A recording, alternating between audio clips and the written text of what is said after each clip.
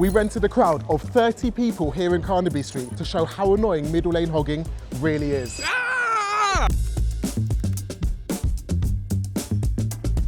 Okay, what do you think we're doing here at Carnaby Street today? I saw a load of people in the middle, so I'm guessing they're hogging the middle lane. They are, yeah. Why? They're annoying, that's why. Simple as, you know what I mean? Move, bruv. Jarring.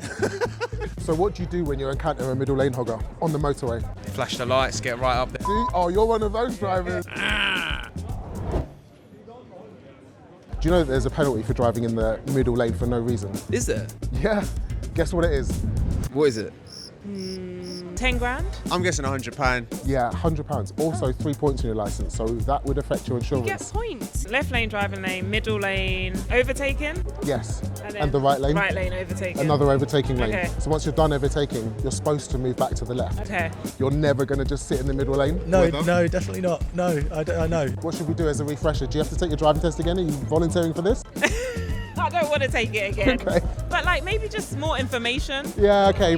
Like they used to have the hedgehog doing the Don't Cross the Road campaign. Yeah. Everybody we've spoken to today isn't aware that there's actually a penalty for middle lane hogging. You didn't know you can't drive in the middle lane? Did not know that. Wild. I've done my theory, Yeah. I've been doing my tests and everything. I've not been told that at all.